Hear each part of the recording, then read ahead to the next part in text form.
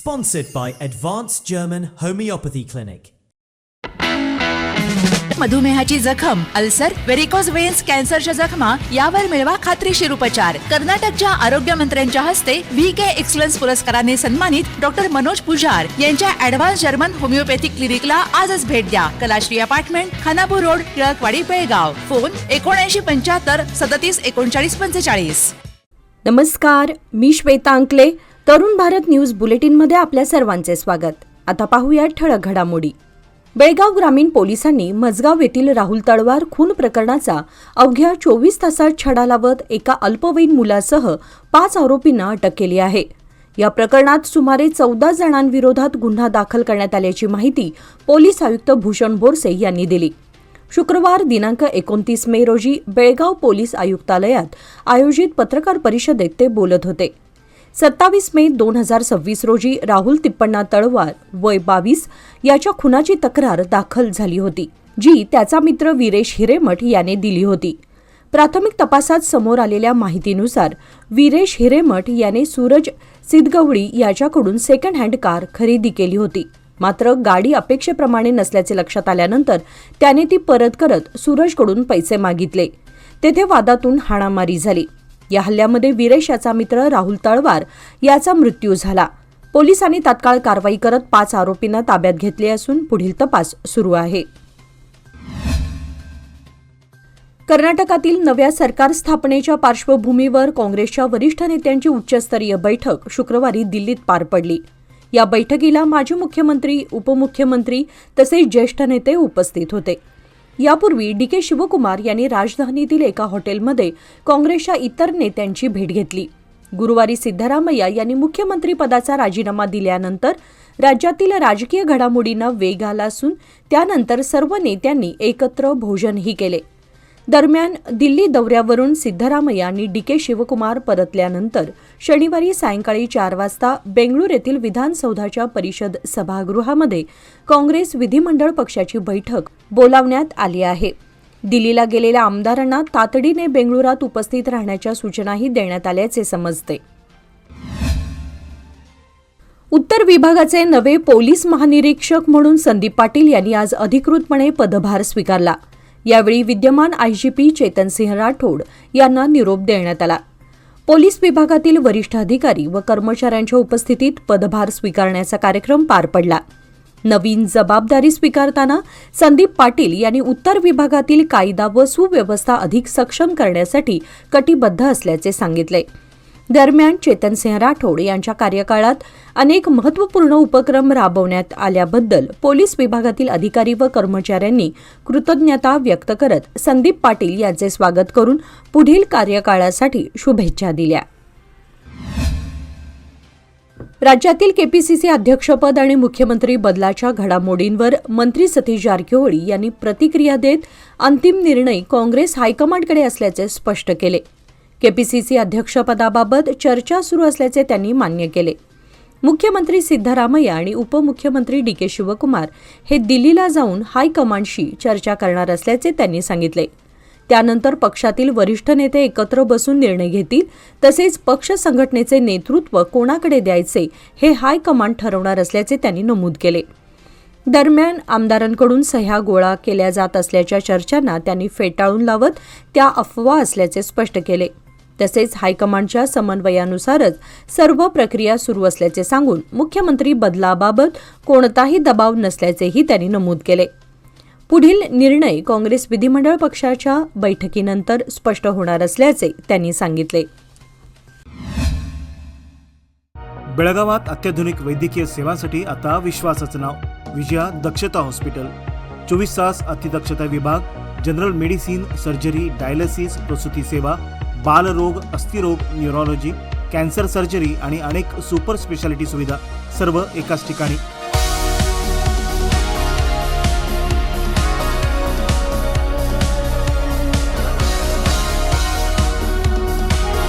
अनुभवी डॉक्टर, आधुनिक तंत्रज्ञान आणि रुग्णांसाठी मनापासून सेवा. सर्व प्रमुख विमा आणि सरकारी योजना स्वीकारल्या जातात. आजच भेट द्या. खानापूर रोड, 3ऱ्या रेल्वे गेटजवळ, रेल्वे ओव्हरब्रिजच्या खाली, टिळकवाडी, बेळगाव. संपर्क 7353641444. विजया दक्षता हॉस्पिटल, आपल्या आरोग्याची दक्ष काळजी. डी.के. शिवकुमार यांनी शुक्रवार दिनांक 29 मे रोजी AICC अध्यक्ष मल्लिकार्जुन खरगे यांची नवी दिल्ली येथे सदिच्छा भेट घेतली. यावेळी विविध राजकीय घडामोडींसह पक्ष संघटनात्मक विषयांवर चर्चा झाल्याची माहिती समोर आली आहे. भेटीनंतर मार्गदर्शन, प्रोत्साहन आणि आशीर्वाद दिल्याबद्दल मल्लिकार्जुन खरगे यांचे डी.के. शिवकुमार यांनी आभार व्यक्त केले. आगामी राजकीय घडामोडी आणि पक्ष बळकटीकरणाच्या दृष्टीने ही भेट महत्त्वाची मानली जात आहे. दरम्यान राज्यातील मुख्यमंत्री व उपमुख्यमंत्री यांच्या संबंधी बदलत्या राजकीय परिस्थितीच्या पार्श्वभूमीवर या भेटीकडे राजकीय वर्तुळात विशेष लक्ष लागलं आहे. बेळगावचे नवे तहसीलदार म्हणून हनुमंत शिरहट्टी यांनी शुक्रवारी पदभार स्वीकारला. पदभार स्वीकारल्यानंतर पत्रकारांशी संवाद साधताना त्यांनी प्रशासनातील आपल्या अनुभवाची माहिती दिली. प्रशासन क्षेत्रातील 6 वर्षांचा अनुभव असून त्यापैकी 2 वर्षे बैलहोंगल तहसीलदार म्हणून जबाबदारी सांभाळल्याचे त्यांनी सांगितले. उपायुक्तांच्या मार्गदर्शनाखाली तसेच कार्यालयातील अधिकारी व कर्मचाऱ्यांच्या सहकार्याने नागरिकाभिमुख सेवा देण्यासाठी प्रयत्नशील राहणार असल्याचे त्यांनी स्पष्ट केले. दरम्यान पदभार स्वीकारताना तहसील कार्यालयातील अधिकारी व कर्मचाऱ्यांनी त्यांचे उत्साहात स्वागत केले. हिरेबागेवाडी पोलिसांनी अवैध दारू विक्री प्रकरणी कारवाई करत एका आरोपीला अटक केली आहे. 28 मे रोजी हिरेबागेवाडी बसापूर रस्त्याजवळ ही कारवाई करण्यात आली. पोलिसांनी दिलेल्या माहितीनुसार बसवराज चंद्रशेखर धुळाप्पा वय 50 हा कोणताही सरकारी परवाना नसताना दारू विक्रीच्या उद्देशाने आपल्या घराशेजारी अवैधरित्या दारू साठवून ठेवत होता. माहिती मिळताच PSI बसवराज के मिटगार आणि त्यांच्या पथकाने छापा टाकून विविध ब्रँडच्या व्हिस्कीचे पाकिटे तसेच 450 रुपये रोख असा एकूण 3,680 रुपयांचा मुद्देमाल जप्त केला. या प्रकरणी आरोपी विरुद्ध हिरेबागेवाडी पोलीस ठाण्यात कर्नाटक उत्पादन शुल्क कायदा 1965च्या कलम 32 व 34 अंतर्गत गुन्हा दाखल करण्यात आला असून पुढील तपास सुरू आहे. बेळगाव महानगरपालिकेच्या महसूल शाखेतील अधिकारी व कर्मचाऱ्यांविरोधात काही प्रभावशील व्यक्तींमार्फत खोटे आणि निराधार आरोप केले जात असल्याचा आरोप कर्मचाऱ्यांनी केला आहे. या संदर्भात त्यांनी महापालिका आयुक्त कार्तिक M यांना निवेदन देत योग्य चौकशीची मागणी केली. महसूल संकलनासह निवडणूक कामे, जनगणना, अनधिकृत फलक हटवणे, पावसाळी आपत्ती व्यवस्थापन तसेच वरिष्ठांकडून सोपवण्यात येणारी विविध कामे प्रामाणिकपणे पार पाडत असल्याचे कर्मचाऱ्यांनी स्पष्ट केले. मात्र काही प्रभावशाली व्यक्ती, अधिकारी व कर्मचारी कार्यालयात उपलब्ध नसताना सार्वजनिक कामे व्यवस्थित होत नसल्याचे खोटे आरोप करत असल्याने मानसिक तणाव निर्माण होत असून निष्पक्ष चौकशी करून निर्भयपणे काम करण्यासाठी पोषक वातावरण उपलब्ध करून द्यावे अशी मागणी निवेदनाद्वारे करण्यात आली आहे. भारत सरकारच्या स्वच्छ भारत अभियानांतर्गत सुरू असलेल्या स्वच्छ सर्वेक्षण मोहिमेत नागरिकांनी सक्रिय सहभाग घ्यावा असे आवाहन बेळगाव महानगरपालिकेचे आयुक्त कार्तिक M यांनी तरुण भारत न्यूजशी बोलताना माहिती दिली. शहरातील स्वच्छता, कचरा व्यवस्थापन आणि स्वच्छतागृह सुविधांबाबत नागरिकांचा अभिप्राय जाणून घेण्यासाठी हे सर्वेक्षण राबवण्यात येत आहे. आतापर्यंत 20,339 नागरिकांनी आपले मत नोंदवले असून उद्दिष्ट पूर्ण करण्यासाठी शहराच्या एकूण लोकसंख्येपैकी केवळ 5% नागरिकांचा सहभाग आवश्यक असल्याचे आयुक्तांनी सांगितले. नागरिकांनी मोहिमेतील QR कोड स्कॅन करून किंवा मोबाईल ॲपच्या माध्यमातून सर्वेक्षणात सहभागी व्हावे असे आवाहन करण्यात आले आहे. तसेच महानगरपालिकेची पथके विविध संस्था, सार्वजनिक ठिकाणे आणि परिसरांमध्ये भेट देऊन जनजागृती करत नागरिकांचा सहभाग वाढवण्याचा प्रयत्न करत आहेत. स्वच्छ आणि सुंदर बेळगाव घडवण्यासाठी प्रत्येक नागरिकाने या मोहिमेत सहभागी होणे आवश्यक असल्याचेही आयुक्तांनी नमूद केले. कित्तूर मार्गे प्रस्तावित बेळगाव-धारवाड रेल्वे प्रकल्पासाठी करण्यात येणाऱ्या जमीन संपादन बैठकीमध्ये शेतकऱ्यांनी तीव्र संताप व्यक्त केला. कुमार गंधर्व रंगमंदिर येथे झालेल्या बैठकीत सुपीक शेती जमीन संपादित करण्याच्या निर्णयाला शेतकऱ्यांनी जोरदार विरोध दर्शवला. सरकारने शेतीयोग्य जमिनीऐवजी पडीक व नापीक जमीन प्रकल्पासाठी वापरावी अशी मागणी शेतकऱ्यांनी केली. देसूर, इदलहोंड, गलगुंजी, नंदीहळ्ळी, नागेनहट्टी आणि नागेरहाळ या गावातील शेतकऱ्यांनी बैठकीत आपली भूमिका ठामपणे मांडली. या परिसरातील जमिनी अत्यंत सुपीक असून दरवर्षी सुमारे 1.5 लाख टन ऊस उत्पादन घेतलं जातं.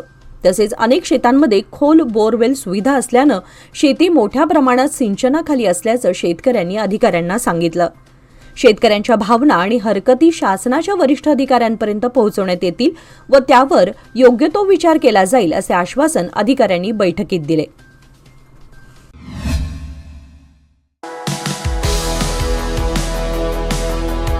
अधिक मासानिमित्त सोन्या चांदीच्या खरेदीसाठी सर्वोत्तम ठिकाण डीके हेरेकर ज्वेलर्स. अधिक मास हा पवित्र आणि शुभ काळ आणि याच काळात चांदीच्या वस्तूंना विशेष धार्मिक महत्त्व. पूजेसाठी आकर्षक चांदीची भांडी, देवमूर्ती, ताट, वाट्या, समई, पैजण, निलांजन आणि सुंदर भेटवस्तूंचे खास कलेक्शन. उत्कृष्ट कारागिरी, विश्वासार्ह गुणवत्ता आणि आकर्षक डिझाईन्स ग्राहकांची पहिली पसंती. आजच भेट द्या श्री विठ्ठल भवन, संयुक्त महाराष्ट्र चौकाजवळ, खडे बाजार, बेळगाव. तसेच तेली पाटील गली, शहापूर, बेळगाव येथील शोरूमला. डीके हेरेकर ज्वेलर्स, विश्वास, परंपरा आणि तेजाचा संगम. लोकमान्यच्या मुदत ठेव योजना म्हणजेच सुयोग्य कालावधी सर्वोत्तम व्याजदर. आता तुमच्या गुंतवणुकीवर मिळवा 10.10% परतावा. अधिक माहितीसाठी आजच संपर्क करा 1800212405. लोकमान्य, प्रत्येक पावलावर तुमच्या सोबत. योजना फक्त सभासदांकरिता. नियम व अटी लागू. ICMR NITM बेळगावच्या संचालक व वैज्ञानिक डॉक्टर सुवर्णा रॉय यांनी सांगितले की तंत्रज्ञानाच्या जलद प्रगतीमुळे भविष्यात सर्व भारतीय भाषांमध्ये सहज काम करणे शक्य होईल आणि त्याचा समाजातील सर्व घटकांना लाभ मिळेल. त्या युनियन बँक ऑफ इंडिया क्षेत्रीय कार्यालय बेळगाव यांच्या संयोजनाने आयोजित नराकास बेळगावची 27वी अर्धवार्षिक बैठक व पुरस्कार वितरण समारंभात प्रमुख अतिथी म्हणून बोलत होत्या. नराकास अध्यक्ष नितीन गौंडाजे यांनी ग्राहकाभिमुख काम क्षेत्रीय भाषेत व अंतर्गत काम हिंदीमध्ये करण्यासाठी बहुभाषी सॉफ्टवेअरच्या वापरावर भर दिला. LICचे मंडलीय प्रबंधक SA अल्ला बाशा यांनी राजभाषा उद्दिष्टे वेळेत पूर्ण करण्याचे आवाहन केले. कॅनरा बँकेचे क्षेत्रीय प्रमुख M चंद्रशेखर यांनी नराकासच्या कार्याचे कौतुक केले. डॉक्टर जयशंकर यादव यांनी कर्मचाऱ्यांना हिंदी अभ्यासक्रमांसाठी नोंदणी करण्याची सूचना केली, तर प्रकाश राम यांनी तिमाही अहवाल वेळेत सादर करण्याचे निर्देश दिले. कार्यक्रमात 2025-26 मधील राजभाषा कार्यासाठी पुरस्कार देण्यात आले. State bank of India, the oriental insurance आणि बँक ऑफ बडोदा यांनी प्रथम क्रमांक पटकावला. सचिव व राजभाषा अधिकारी वेद प्रकाश, कॅनरा बँकेचे राजभाषा अधिकारी गणेश गुजर तसेच शंकर पुजारी यांनी कार्यक्रमाच्या आयोजनात सक्रिय भूमिका बजावली. बेळगाव शहरात अल्पवयीन मुलाकडून दुचाकी चालवल्याचा व्हिडिओ सोशल मीडियावर व्हायरल झाल्यानंतर पोलिसांनी संबंधित पालकांवर कठोर कारवाई करत तब्बल 25,000 रुपयांचा दंड ठोठावला आहे, अशी माहिती आज शुक्रवारी बोलावण्यात आलेल्या पत्रकार परिषदेमध्ये दिली. पोलीस आयुक्त भूषण बोरसे यांनी दिलेल्या माहितीनुसार वाहन मालक आणि पालकांना वारंवार सूचना देण्यात आल्या असून अल्पवयीन मुलांना वाहन चालवू देणे हे मोटार वाहन कायद्यानुसार दंडनीय अपराध आहे. तरी देखील नियमांचे उल्लंघन होत असल्यानं पोलिसांनी कठोर भूमिका घेतली आहे. या प्रकरणामुळे पालकांनी अधिक जबाबदारीने वागण्याची गरज अधोरेखित झाली असून अल्पवयीनांकडून वाहन चालवल्यास अपघाताचा धोका वाढतो, तसेच नागरिकांच्या सुरक्षेलाही गंभीर धोका निर्माण होतो, असे पोलिसांनी स्पष्ट केले. विजयपूर जिल्ह्यातील मुद्देबिहाळ तालुक्यातील नगरबेट्टा गावातील दलित युवक रविचंद्र मादर याची बसवन बागेवाडी तालुक्यातील हंगरगी क्रॉसजवळ NS पुजारी कंपनीच्या प्लॉटसमोर पूर्वनियोजित पद्धतीने निर्घृण हत्या झाल्याच्या निषेधात आंबेडकर चौकात मृतदेह ठेवून विविध दलित व प्रगतिशील संघटनांनी रास्ता रोको आंदोलन केले. आरोपींना तात्काळ अटक करून फाशीची शिक्षा द्यावी अशी मागणी करण्यात आली. DSSचे नेते हरीश नाटेकार यांनी आरोप केला की 4 वर्षे काम करून घेतल्यानंतर एका युवकाचे गुप्तांगच नष्ट होईल इतक्या क्रूरपणे हत्या करण्यात आली. ही अत्यंत घृणास्पद घटना आहे. तसेच समाजाचे तालुका अध्यक्ष मल्लिकार्जुन माधरी यांचा यात सहभाग असल्याचा आरोप त्यांनी केला आणि आरोपी स्वतःला मुख्यमंत्र्यांचा जवळचा असल्याचे सांगत असल्याचेही नमूद केले. आंदोलनकर्त्यांनी सोमवारपर्यंत सर्व आरोपींना अटक करण्याची मुदत देत अन्यथा जिल्हाभर बंदचा इशारा दिला असून सर्व आरोपी अटकेत घेतल्याशिवाय अंत्यसंस्कार करणार नाही असा पवित्रा घेतल्याने वाहतूक काही काळ ठप्प झाली. या प्रकरणी बसवंत बागेवाडी पोलीस ठाण्यात 14 जणांविरोधात गुन्हा दाखल करण्यात आला असून आरोपींना अटक करण्यास विलंब होत असल्याचा आरोपही आंदोलनकर्त्यांनी केला आहे. मान्सूनच्या पार्श्वभूमीवर पूर्वतयारीचा आढावा घेण्यासाठी विजयपूर जिल्हाधिकारी डॉक्टर के आनंद यांनी महानगरपालिका हद्दीतील प्रमुख नाले व सखल भागांची पाहणी केली. नवबाग रोड, जन्नत फंक्शन हॉलजवळील खंदक, रामनगर रोड, कस्तुरी कॉलनी तसेच रुडगी मड्डी स्मशानभूमीजवळील गाळ उपसा कामांची त्यांनी तपासणी केली. पावसाळ्यातील निचऱ्याची व्यवस्था सुरळीत ठेवण्यासाठी नाले, गटारी व किल्ल्याभोवतीचे खंदक तातडीने स्वच्छ करण्याचे निर्देश त्यांनी दिले. आपत्कालीन परिस्थितीसाठी जेसीबी, डिवॉटरिंग पंप व आवश्यक उपकरणे सज्ज ठेवण्यास सांगितले. सखल भागामध्ये संभाव्य पूरस्थिती लक्षात घेऊन स्वतंत्र पथके तयार करून तात्काळ प्रतिसाद देण्याचे निर्देशही त्यांनी दिले. तसेच MGNVY योजनेतील कामांना गती देण्यास सांगितले. यावेळी महानगरपालिका आयुक्त विजयकुमार मेक्कळकी, अधिकारी व कर्मचारी उपस्थित होते. वृद्धाच्या आरोग्याची काळजी घेण्यासाठी कुटुंबियांनी नेमलेल्या व्यक्तीनेच घरातील लाखो रुपयांचे सोन्याचे दागिने चोरल्याची धक्कादायक घटना उघडकीस आली आहे. या प्रकरणाचा छडा लावत कॅम्प पोलिसांनी 2 आरोपींना अटक केली असून चोरीस गेलेले दागिने जप्त करण्यात आले आहेत, अशी माहिती पोलीस आयुक्त भूषण बोरसे यांनी दिली. शुक्रवारी पोलीस आयुक्तालयात आयोजित पत्रकार परिषदेत ते बोलत होते. अटक करण्यात आलेल्या आरोपींची नावे राहुल कांबळे आणि बाबासाहेब कटगेरी अशी आहेत. मिळालेल्या माहितीनुसार विश्वनाथ नावाच्या वृद्ध व्यक्तीच्या आरोग्याची देखभाल आणि सेवा करण्यासाठी त्यांच्या मुलांनी राहुल कांबळे याला नेमले होते. घरात सतत वावर असल्याने राहुलने घरातील दागिन्यांची माहिती मिळवली.